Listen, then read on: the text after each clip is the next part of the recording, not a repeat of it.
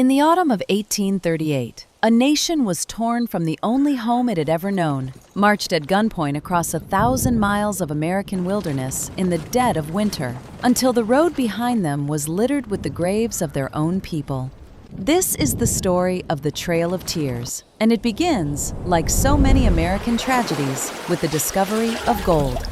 In 1829, gold was found on Cherokee land in Georgia. Within a year, President Andrew Jackson signed the Indian Removal Act, a law demanding that the Cherokee, Creek, Choctaw, Chickasaw, and Seminole nations give up millions of acres their ancestors had lived on for centuries. The Cherokee fought back, not with weapons, but with the law. In 1832, the Supreme Court ruled in their favor, declaring their nation sovereign. Georgia had no right to their land. President Jackson simply ignored the ruling. Then came the betrayal. In 1835, a small, unauthorized faction of Cherokee signed the Treaty of New Echota, selling every acre of Cherokee land in the east without the consent of their own government. More than 15,000 Cherokees signed a petition begging Congress to reject it. It didn't matter. In the summer of 1838, U.S. soldiers arrived. Families were pulled from their homes at bayonet point and marched into crowded stockades, given only minutes to gather what they could carry. Some were still eating breakfast when the soldiers came.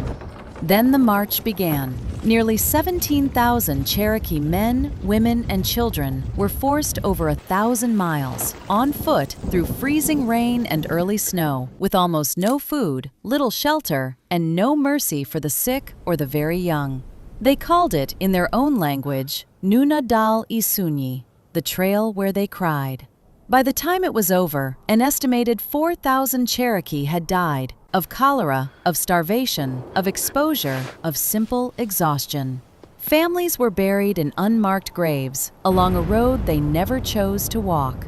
And the Cherokee were not alone. The Choctaw, the Creek, the Chickasaw, and the Seminole were forced from their homelands too, each with their own trail, their own losses, their own chapter of this same story. But they survived. Chief John Ross, who fought removal to the very end, led his people to rebuild a nation in what is now Oklahoma. Their descendants are still there today, hundreds of thousands of Cherokee citizens, keeping a language, a culture, and a history alive that a government once tried to erase.